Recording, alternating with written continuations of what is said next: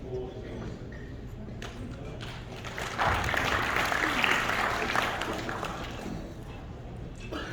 afternoon.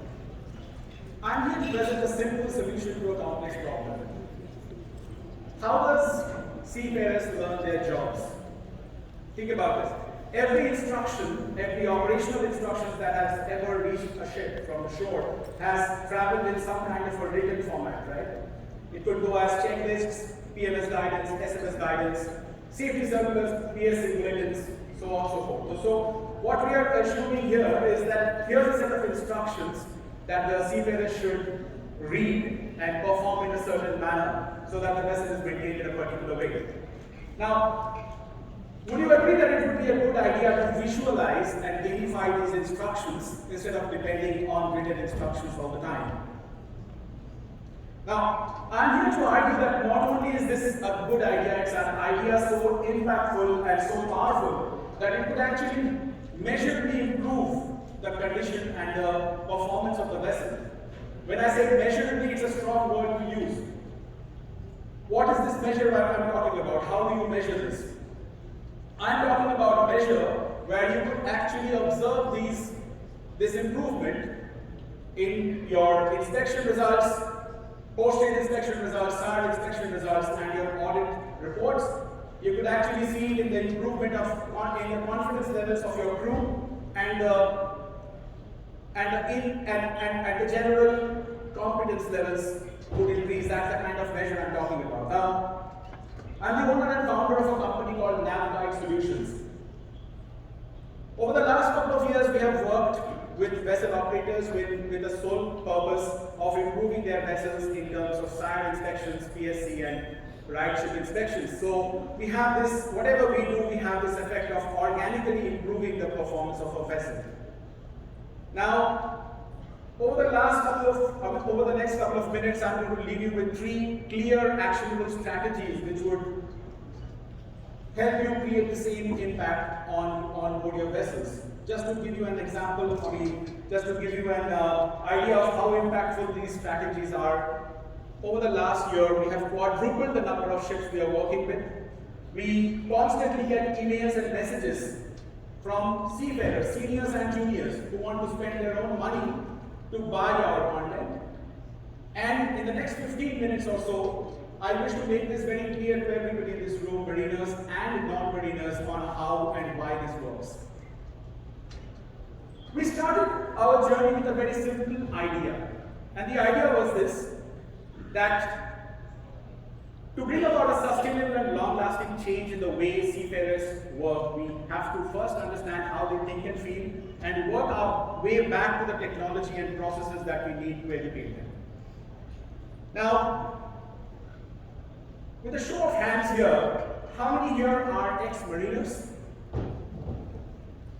Okay, please keep your hand up if you have ever overhauled a pump, like for example a cargo pump or a fuel pump or a ballast pump. Great. If I were to take you back to that moment in time when you were doing this job for the first time, you were overhauling a pump, I think you will remember that what was happening is that your senior was guiding you into the job while you were actually actively in work mode. Now this is a key part of the discussion. Now, you were in work mode, you were probably in a dirty boiler suit handling the spanners and the nuts and bolts, and at that point of time, somebody was teaching you your job. And that's how your knowledge got into a skill. Turns out that that's the only way we learn. We learn application skills in the workplace. So the first concept I want to talk to you about, the first strategy, is to take the training into the workplace instead of trying to recreate the workplace in the training room. What do I mean by this? How do we take the training into the workplace? So in our mind, it looks something like this. We introduced an app called Guide to Inspections. Now, Guide to Inspections is the world's most revolutionary inspection and training app. What does it do? It sort of amalgamates the power of inspecting and preparing a vessel and combines that with training and makes it simple to use. It's a very simple, intuitive, impactful app, and it can be used by anybody on board a ship right from the level of a motorman up to a level of a third engineer or a third officer, to a level of a master, to a level of a senior auditor or an inspector. So everybody would have their own use cases for this app. Simple to use, the vessel opens up in front of you the moment you open it in a grid format like that. And you can click on any of these sections like bridge, engine room, LSFFA, it will confirm you the name of the ship. And once you enter that section, it opens up a list of subsections, lifeboats, life rafts, so on. Now, when you go into a certain area, it gives you a very granular set of checks to be done in that particular area. So in the galley and vessels, for example, and all these checks are benchmarked against SIRE 2, TMSA, VIQ standards, ridership requirements. Now, when you click on a particular question, the question opens up like this and allows you to confirm confirm the compliance using a yes, no, or not applicable. You can add a comment to the question. You can also click there and attach an evidence photograph right there, and bam, you can proceed, submit, and you're done. So now you're ready to generate a report. You can go back to the report generation tab over there, and you can either generate a report of a certain area like the lifeboat or the life raft or the entire ship. Now, this is how the report comes up, and you can share this with anybody. Now, till here it was working as an inspection app. Alright? Why don't we combine the power of training into this, and how do we do this? If I take you back to, let's assume somebody is doing these checks who's not familiar with these checks. Taking you back to the same question, under each question we have given a guidance note. Now this question is talking about food-based stainless steel utensils to be in use in the galley. And the guidance note tells you that aluminum utensils are not recommended. That's the first level of guidance. The second level of guidance is the one below that, where you're just clicking to view an example, and it's opening up a photograph of what you expect to see there. This is showing you what not to see, and this is the guidance that we need. Every question, every check over there is guided by these photographs, more than 2,500 photographs in this app. Now, if you're still confused, the icon on top now will take you to a micro-learning video, which is going to take a round of that particular area, covering all the checks that we intend to do. And these videos have been created with a lot of research behind it. There are areas, sections in the app which will also take you to a gamified scenario where we are taking you into an inspection, and the inspector is asking you questions, and we are not only guiding the ship staff into the right information, but also to the right attitude. So, this is what I meant when I said that the app combines the power of preparing the vessel together with the power of training. That sort of blends into the second strategy that I was going to talk about, and this is what we have been doing for about 2.5 years now, is to go beyond checklists and break down the instructions on board into micro-learning videos. So what we have done is that we have created an ecosystem of videos which together show you at a very granular level on how the ship needs to be maintained. I'm going to show you a short clip which is sort of a demo to explain what I mean here. Ensure that the swivel is not frozen. As you can see here, the swivel should actually turn without the block turning. That's how it should be. We already want to separate a three-way valve. Now this is one of the most common things to be checked.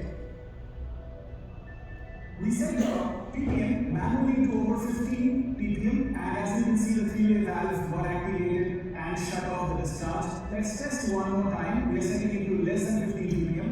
Observe the valve is opening now. As the order goes alarm there. It also comes up in the alarm panel in the control room and comes up in the alarm printer as well. Grab lines are in good condition. When you're checking the grab lines, give it a twist, like so, and if you see that they are frayed and coming off, they need to be changed. The The screws must not be touching the brake band. There must be a gap of about 2 to 3 mm depending on the manufacturer's instructions, as you will probably see here.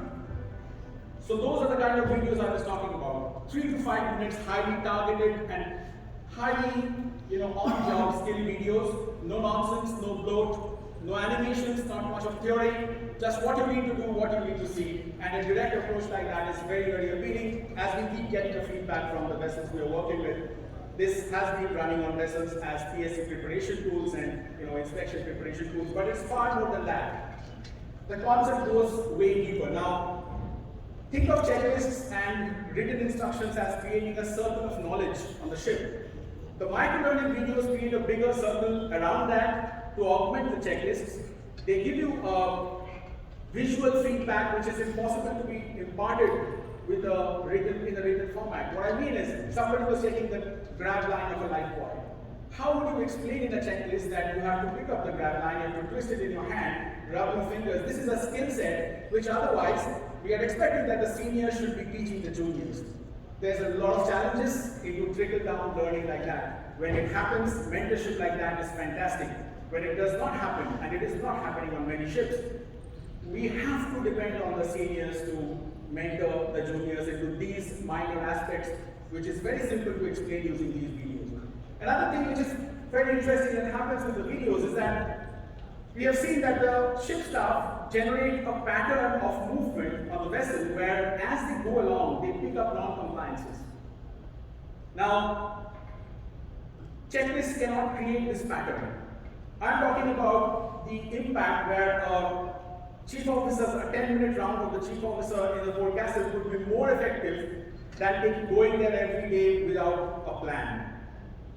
So that is a very, very defined effect which we keep getting back again and again from the vessels we are working with. And also it's a younger form of guidance, so it hits the younger mindset more impactfully.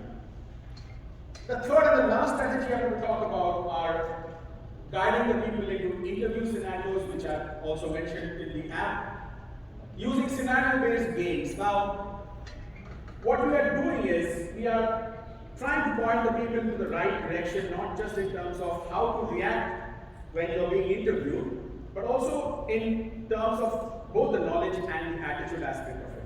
The attitude aspect being a very, very crucial thing. Now, let me take you to an example. Here's a bridge inspection going on. The first question the audit asks is, when did you last compare the gyro compasses? And there are three choices that you can answer. Now, second one happens to be the right answer, but if you choose a wrong option, now the inspector is a little annoyed.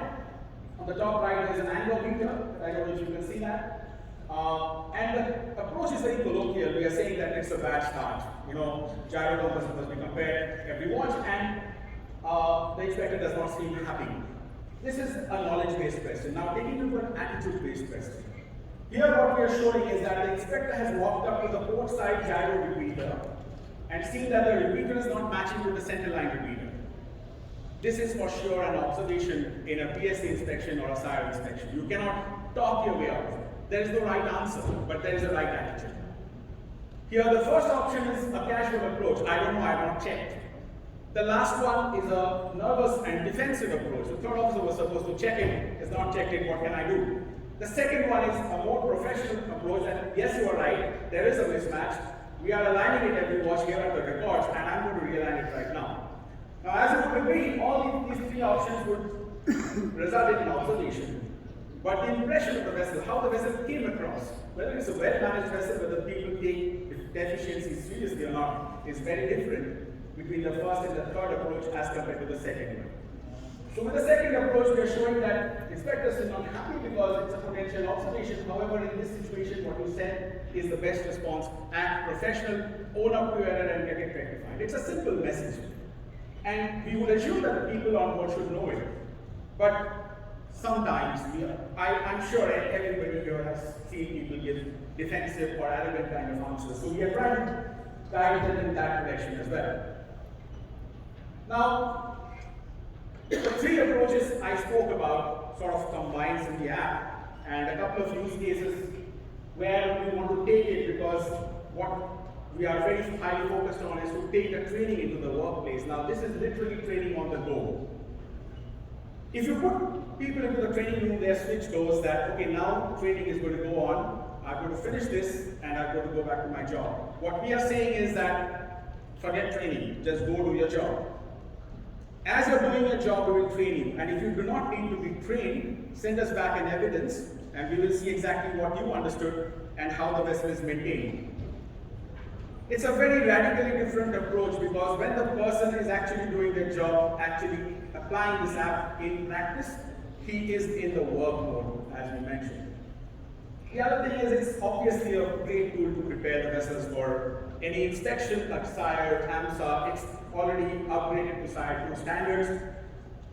Now, the operator has the freedom to trigger a remote inspection on the click of a button, which means that if you want to carry out a concentrated inspection on your lifeboats, on all your ships, all you need to do is send a one-liner mail that carry out a CIC of the lifeboats and send us back the report. It's literally, somebody has to go to the lifeboat and actually carry out the job. Nobody is doing the clerical job of shaping up a report, writing the formatting a report, because that is happening in real time. Nobody is reducing and shrinking the size of the photographs, which typically takes more time than the actual job. It empowers the juniors on board. This is one of the most important use cases here. It empowers the juniors where they have this psychological barrier of going up to the senior and asking questions. And somebody before was speaking about adaptive learning. This is the definition. I mean, unless we have enough data to go into the adaptive learning phase, and I could go on a bit about adaptive learning, but what we are trying to essentially do is we are leaving the education in the hands of the seafarer instead of passing everybody through the same educational channels, because not everybody is at the same level. So we are leaving it to their hands on how much they need to be trained, and we are asking for the results back from them. It can be obviously used by training and visiting superintendent. It cuts down the time for generally getting a report, at least saves them a day or two, and can be used for toolbox talks with attitude guides, interviews, and so on. And obviously the app also has an offline feature. You do not have to be online to work on this app. The question library is extremely robust and dynamic. It can be customized to the needs of the company. We have spent a lot of effort behind creating a killer user experience. Now, this is something which is important. Apps that we use on a daily basis, Amazon, Uber, WhatsApp, millions of dollars are spent to give you that intuitive user experience, which is as if the app knows what you're going to ask and it shows you that. So we have spent enough effort to create that user experience, and the distribution is such that it saves the person on board time and effort. It optimizes the entire operation of the vessel. So now the work that we do goes beyond, the implications go beyond inspections. They were thought about, I mean, as I mentioned before, that we started our journey thinking of how the seafarer wants to think and feel, and then sort of pivoted our methods around it. 2023 is going to be a transformative year. RightShip, OCIMF is expecting that the ship staff will perform at a higher level. However, the ship staff still has the same methods and tools when it comes to operational guidance. And there's a huge dependency on trickle-down learning, which is expecting that the seniors will be teaching the juniors their jobs. So this is our approach to give them a smarter tool, a more evolved tool to prepare themselves so that they can also keep enjoying their jobs, and we are empathetic to how they operate on board. Thank you.